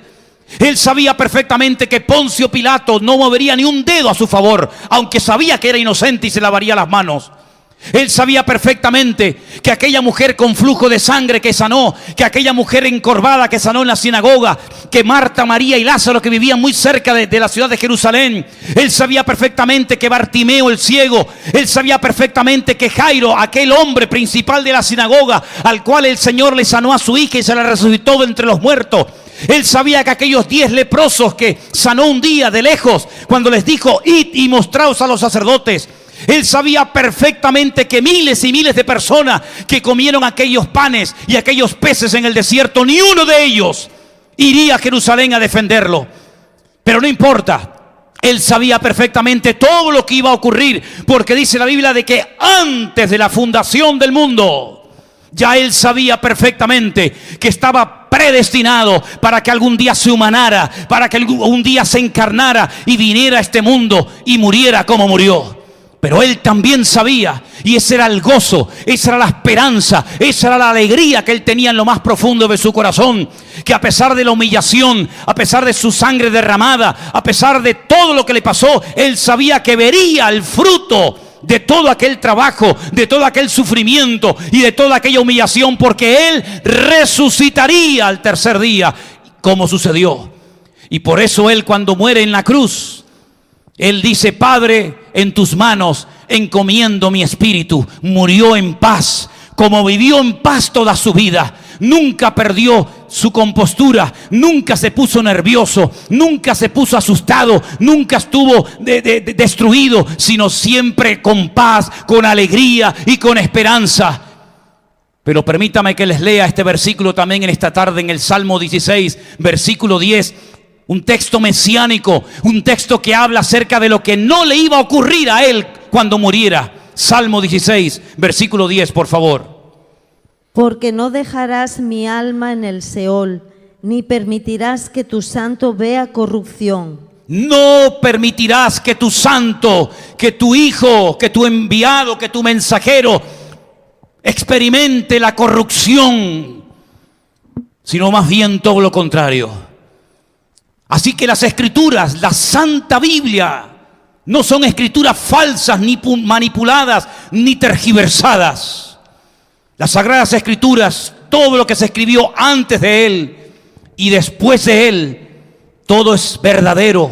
Te puedes fiar de cada palabra, de cada narración, de cada parábola, de cada enseñanza, porque la Escritura es fidedigna y goza de una credibilidad tremenda. Significa que si Cristo murió conforme a las Escrituras, ya no hay que hacer más sacrificios por el pecado, porque Él con su único sacrificio perfecto y para siempre borró todos los pecados de aquellos hombres y mujeres que invocan su nombre, porque todo aquel que invocare el nombre del Señor será salvo.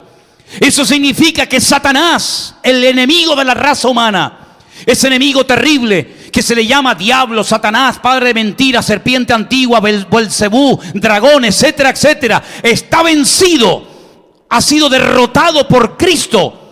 Y eso significa de que ahora los cristianos, con el respaldo de Dios, podemos echar fuera demonios en el nombre de Jesús. Y podemos orar sobre los enfermos y ver en muchas ocasiones milagros, señales y prodigios. Porque el diablo ha perdido su autoridad. El diablo solamente puede meterse y tocar y molestar y incordiar a las personas que no tienen la cobertura del Señor.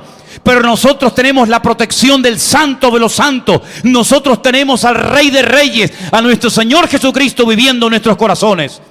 Por eso Pablo le escribe a los hermanos de Corinto, y hay un capítulo precioso, que es el capítulo 15 de Primera de Corintios, porque los corintios, que tenían una influencia griega tremenda, creían en la resurrección, pero no en la resurrección del cuerpo. Era como una enseñanza un tanto rara. Ellos creían que el cuerpo se descomponía y que nunca más las personas, incluso los cristianos, resucitarían con cuerpos incorruptibles para recibir al Señor y estar por siempre con Él. Pero era una fe extraña. Como mucha gente tiene una fe extraña. Como mucha gente dice creo en Dios, pero luego creen en los horóscopos. Como mucha gente dice creo en Dios, pero después se dejan leer las manos por un tarotista o sabe Dios por quién. La fe del cristiano tiene que ser una fe bíblica, una fe sana, una fe basada única y exclusivamente en la palabra del Señor. Y en la palabra de Dios dice que este cuerpo de carne, este cuerpo de polvo y ceniza se va a descomponer, claro que sí. Pero cuando venga el Señor Jesucristo con voz de mando y con trompeta de Dios, descenderá del cielo y los muertos en Cristo resucitarán primero. Y luego nosotros los que vivimos seremos arrebatados para recibir al Señor en el aire. Y así estaremos por siempre con el Señor. Eso significa de que tendremos cuerpos nuevos, cuerpos glorificados, cuerpos que no van a ser limitados ni por el espacio ni por el tiempo. El mismo cuerpo que recibió Jesús después de la resurrección, que era capaz de atravesar paredes, que era capaz de entrar en habitaciones y enseñar sus heridas cicatrizadas a sus discípulos sin necesidad de tocar a la puerta. Esos son los cuerpos nuevos, transformados y glorificados. Esa metamorfosis que se ha de producir en todo hijo y en toda hija de Dios. Es como de gusano a mariposa. Lo que era no tiene nada que ver con lo que será. Pues exactamente igual lo que seremos cuando estemos con el Señor no tendrá absolutamente nada que ver con lo que somos hoy en día. Ya no habrá llanto, ya no habrá tristeza, ya no habrá dolor, ya no habrá enfermedades. El ciego podrá ver, el cojo podrá correr, el mudo podrá hablar. ¿Y por qué? Porque las promesas del Señor se van a cumplir todas. Porque la resurrección de Cristo abre la puerta a un mundo de victoria. La resurrección de Cristo marca un antes y un después. Y yo te pregunto a ti que me escuchas y me ves en esta tarde, mi querido amigo y mi hermana, ¿no estás escuchando este culto aquí en una isla pequeña perdida en el océano Atlántico por casualidad? Dios de una manera u otra, a través de un amigo, a través del padre, de la madre, o sabe Dios de quién, te ha guiado para que hoy en esta tarde, a esta hora, ahí en tu casa, estés escuchando la palabra de Dios. Y yo te digo que Cristo murió por ti. Yo te digo que Cristo murió en la cruz para pagar el precio de tus pecados. Y si estás buscando paz para tu hogar, si estás buscando libertad para tu alma, si estás buscando algo que llene y satisfaga tu corazón de por vida, ven a Jesús en esta tarde. porque Él te comprende, Él te ama. Él no te rechaza. Él te dice: venid a mí los trabajados y cargados, que yo os haré descansar. Por eso en esta tarde aprovecha esta oportunidad. Hoy es el día aceptable. Hoy es el día de salvación. Jesús estuvo 40 días con sus discípulos, apareciéndoseles, comunicándoles cosas del reino de Dios después de su resurrección. Muchos tuvieron la oportunidad de conocerle, muchos tuvieron la oportunidad de seguirle, pero fueron cobardes. Por el miedo al que dirán, tal vez por la presión social, por miedo a los judíos, por miedo a ser expulsado de la familia o de la sinagoga, perdieron las oportunidades más grandes de su vida. Y permíteme decirte que hoy es tu oportunidad. No estás escuchando este mensaje de la resurrección, del triunfo, de la victoria de Cristo por casualidad, sino que hoy el Señor te llama. Hoy el Señor toca la puerta de tu corazón. Hoy el Señor quiere entrar a tu vida. Hoy el Señor quiere transformar tu vida y quiere que duermas en paz. Hoy puedes dormir en paz. Hoy el Señor puede sanar tu alma herida. Hoy el Señor puede cicatrizar todas las emociones y todos los malos recuerdos del pasado, porque en Cristo Jesús se puede experimentar gozo y hay libertad. Y puede decir el débil: fuerte soy. Pero es una decisión personal, mi querido amigo. Es una decisión que nadie puede tomar por ti, solamente tú. Y quiero concluir diciéndote esto.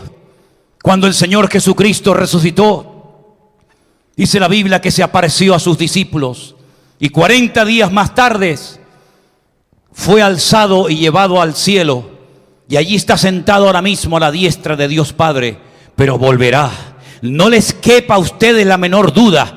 Aunque lo dudes, aunque te burles, aunque lo cuestiones, Jesucristo, aquel que murió, aquel que resucitó al tercer día y ascendió y se sentó a la diestra de Dios Padre, algún día volverá otra vez a este mundo y todo ojo le verá y toda rodilla se doblará. ¿Por qué entonces no viene?, dicen algunos. Pero la respuesta es: no es que el Señor se haya olvidado de nosotros, ni muchísimo menos, sino que Él no retarda su promesa, según algunos la tienen por tardanza, sino que es paciente y misericordioso con todos, para que todos procedan al arrepentimiento. Si hoy no estuvieras en cuarentena, si hoy no estuvieras ahora en tu casa sin poder salir a la calle, sabe Dios dónde estarías. Sabe Dios en este momento qué estarías haciendo. Pero Dios te ha parado los pies, Dios te ha frenado, Dios te tiene ahí sentado en el sillón de tu casa, ahí postrado en tu cama, ahí frente a la pantalla de la televisión o del ordenador, para hablarte directamente a tu corazón, porque hoy es tu oportunidad. Pedro tuvo la suya, Simón tuvo la suya, Tomás tuvo la suya, todas las personas en la época del Señor Jesucristo tuvieron sus oportunidades, pero hoy es tu oportunidad. Ven a Jesús en esta tarde, entrégale tu vida, ríndele tu corazón, pídele perdón por tus pecados para que puedas nacer de nuevo y experimentar el gozo de la salvación. Jesús vive, y si Él vive, nosotros también viviremos. Si Él resucitó, nosotros también resucitaremos.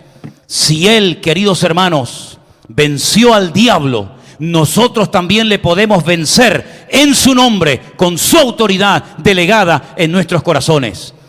Si esto que he predicado es verdad, escúchenme bien, cristianos del mundo, escúchenme bien, hermanos de todas las naciones que me ven y me oyen en esta tarde. Si esto que yo he predicado, tú lo crees, hermano, si esto que yo he predicado sobre la muerte y resurrección de Cristo, si esto es verdad, no podemos permanecer más tiempo callados. Esto lo tiene que saber todo el mundo, porque ha sido el único líder, no quiero utilizar la palabra religiosa, pero para que me entiendan, que ha resucitado de la muerte. ¿Dónde está Mahoma? ¿Dónde está Buda? ¿Dónde están todos aquellos líderes religiosos, políticos y hombres famosos que han hecho lo que les ha dado la gana a lo largo de la historia? Todos murieron y todos fueron devorados por los gusanos y están todos bajo tierra. Pero la tumba de Cristo está vacía. Él estuvo en esa tumba, pero está vacía. Y por eso cuando vamos a Jerusalén, al Garden Tomb, allí en la ciudad de Jerusalén, vamos allí no a ver un cadáver, no vamos a llevarle flores ni piedras como los judíos llevan a sus muertos muerto, sino que nosotros vamos a darle gloria y honra al Señor, porque Él está vivo por los siglos de los siglos. Amén. Quiero que cerremos nuestros ojos en esta tarde. Y si hay alguien en casa, si hay alguien en este momento que ha escuchado esta palabra y le quieres pedir perdón a Dios por tus pecados, hazlo ahora. Olvídate de quién está detrás tuyo, delante. Olvídate, aíslate por un momento, no le rindas cuenta a nadie ahora. Céntrate y piensa solamente en Dios. Él te ha estado hablando, Él te ha estado cuidando desde el vientre de tu madre y ha permitido que llegaras hasta aquí hoy, hasta este momento raro y extraño de la humanidad en la que estamos ahora. Pero Él quería que tú hoy le entregaras tu vida. Así que si es así, pídele perdón a Dios con tus propias palabras. Dile: Señor, yo me arrepiento. Yo te pido perdón por todos los pecados que he cometido a lo largo de mi vida. Tal vez te han hecho daño, tal vez te han herido, tal vez te han humillado, pero ahora no es el momento de recordar eso. Ahora es el momento de decir: yo te quiero aceptar. Yo te quiero recibir en mi corazón como mi Señor, como el Salvador de mi alma, de mi vida. Y quiero pedirte que me des fuerza, Señor, para seguirte y obedecerte todos los días de mi vida. Y por eso me rindo a ti en esta noche, o en este momento, donde quiera que te encuentres. Yo me rindo a ti. Creo que tu palabra es verdad. Creo que tu palabra profetizó tu muerte. Creo que tu palabra profetizó tu resurrección. Y creo que tu palabra profetiza también tu venida. Por eso yo a ti, Señor, te pido perdón por todas las veces que he dudado, por todas las veces, Señor, que he blasfemado, por todas las veces que he pecado contra el cielo, contra ti, contra tu palabra. Pero pido que la sangre preciosa de Jesucristo, tu Hijo amado, me limpie de toda maldad y de todo pecado. Y a partir de hoy quiero ser un hijo, una hija tuya, hasta que tú vengas a buscarme para llevarme contigo. En el nombre de Jesús. Amén y amén. Tengo una Biblia en mi mano. Te recomiendo que la leas. Te recomiendo que empieces a navegar por las páginas de este libro vivo. Nunca te va a cansar el leerlo. Lo podrás leer por la mañana, por la tarde, por la noche. Lo podrás leer sentado, de pie o caminando. Nunca te va a cansar la palabra de tu Dios, de tu Señor, al que hoy le has pedido perdón, al que hoy ha entrado a tu corazón y al que le has pedido fuerzas para obedecerlo y seguirlo todos los días de tu vida. Que Dios les bendiga, mis queridos hermanos. Damos gracias al Señor por todos y cada uno de ustedes. Y también estamos orando cada día para que el Señor extienda su mano sobre muchas personas que han sido afectadas por este virus. Y oramos al Señor para que las naciones, los gobernantes de las naciones se humillen y reconozcan que necesitan ahora más que nunca volcarse y volver a Dios. Nosotros volveremos a retransmitir el siguiente culto, la siguiente reunión el día jueves por la tarde a las 7, hora de Canarias. Y el próximo domingo también a las 6:30 de la tarde, hora de aquí, volveremos a retransmitir estos cultos por nuestro canal de YouTube, el que ustedes están observando, viendo ahora mismo. Pero todas las mañanas, a las 9 en punto de la mañana, de lunes a viernes, estoy compartiendo un devocional, una pequeña meditación, una pequeña reflexión acerca de distintos temas bíblicos, para que podamos empezar el día con la bendición de Dios. Y luego todos los días también, de lunes a viernes, a las 6 en punto de la tarde, hora de aquí de las Islas Canarias, también tenemos un tiempo para estudiar la palabra, para responder a preguntas que ustedes nos llegan, independientemente de un tiempo que también tengo con los hermanos del Centro Vida Nueva, también todas las mañanas, por otro grupo que tenemos. Si tienen peticiones de oración, si tienen testimonios, hemos recibido testimonios en esta semana preciosos. Permítame que les cuente solamente uno. Un matrimonio de hermanos que viven en la ciudad de Dallas, en Estados Unidos, me llamaron en estos días. Un matrimonio precioso.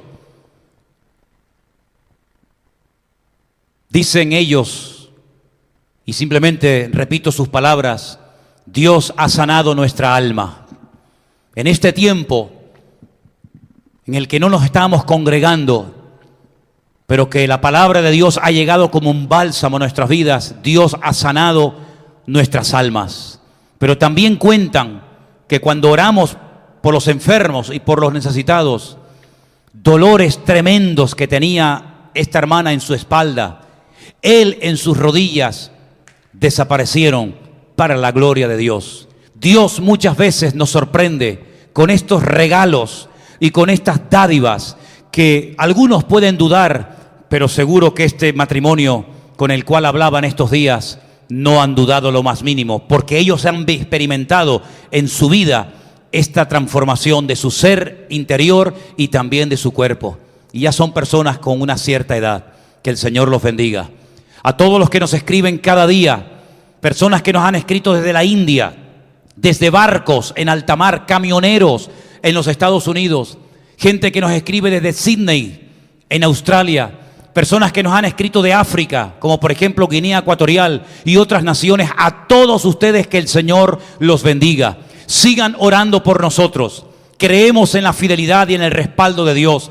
Y a todos los que han sentido en su corazón apoyar este ministerio, que Dios los bendiga. Nuestra confianza y nuestra fe está puesta en el Señor, y Él ha prometido suplir todas nuestras necesidades conforme a sus riquezas en gloria, y también las de todos y cada uno de sus hijos. No tengamos temor, no nos quejemos. No es tiempo para lloriquear, es tiempo para gozarnos en el Señor. Es un tiempo de renovación, es un tiempo diferente, un tiempo distinto que estamos viviendo, pero que sin lugar a dudas es un tiempo muy especial que el Señor nos está permitiendo tener. Que Dios les bendiga grande y ricamente, mis queridos hermanos. Quiero terminar esta reunión cantando una alabanza, y le voy a pedir a mi hija que nuevamente, por favor, pase por aquí para que me ayude a cantar una alabanza alegre, una alabanza de gozo y alegría. Sigan orando por nosotros. Nosotros lo hacemos cada día por ustedes.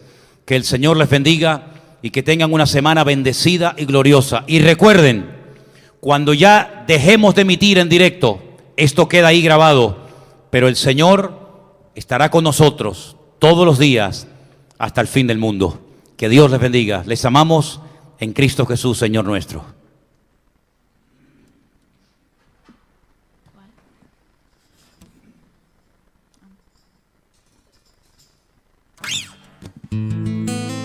Si está contento, cante con nosotros esta alabanza y gócese con nosotros, porque ahora tenemos el gozo del Señor, que es nuestra fortaleza.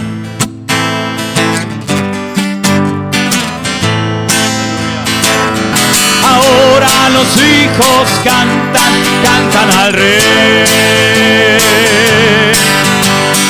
Ahora los hijos cantan al Rey. Ahora los hijos cantan al Rey. Cantan con todo el corazón. Son los hijos del Rey. Son los hijos del Rey. Son los hijos, los que alaban y cantan al Rey.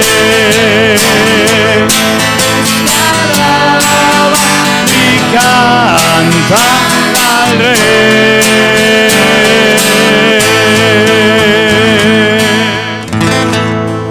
Que el Señor les bendiga, queridos hermanos. Que tengan una semana gloriosa y bendecida. Y recuerden, Cristo vive, porque Él ha resucitado. Que el Señor les guarde.